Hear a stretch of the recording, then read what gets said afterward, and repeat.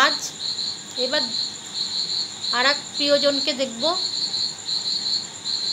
আমার নিজের মানুষ, কাছের মানুষ, প্রিয়জনকে, তাকে আমি এখন চিঠি দিবসে চিঠি পাঠিয়ে শ্রদ্ধা জ্ঞাপন করব। আজ চিঠি দিবসে তোমায় চিঠি দিলাম, রঙিন খাবে যত্নে লেখা আমার নাম। প্রিয় তুমি, মাই ডিয়ার।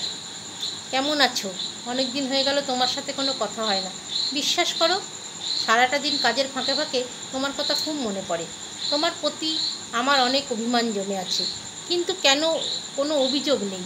মাঝে মাঝে তোমার সাথে কথা বলার জন্য মনটা ব্যাকুল হয়ে যায়, কিন্তু আমি মনকে বোঝাই যে মানুষটা আমার খোঁজ রাখে না, আমার একটা খবর নেয় না, সেই মানুষটার জন্য এত ব্যাকুলতার দরকার নেই।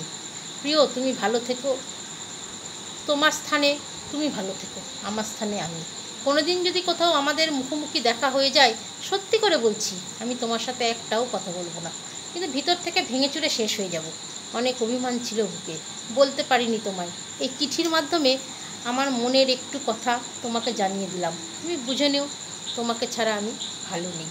ইতি আমি। আজ আন্তর্জাতিক চিঠি দিবস। আমরা সবাই এখন ফোনের যুগ হওয়াতে চিঠি লেখা ভুলেই গেছি, তবে এখনও স্কুলে বাংলায় ইংরাজিতে চিঠি লেখার চল আছে। তাই অনেক দিন পর চেষ্টা করলাম তোমাকে চিঠি লিখতে। কেমন লিখলাম পড়ে জানিও। ধন্যবাদ। ভালো থেকো, সুস্থ থেকো।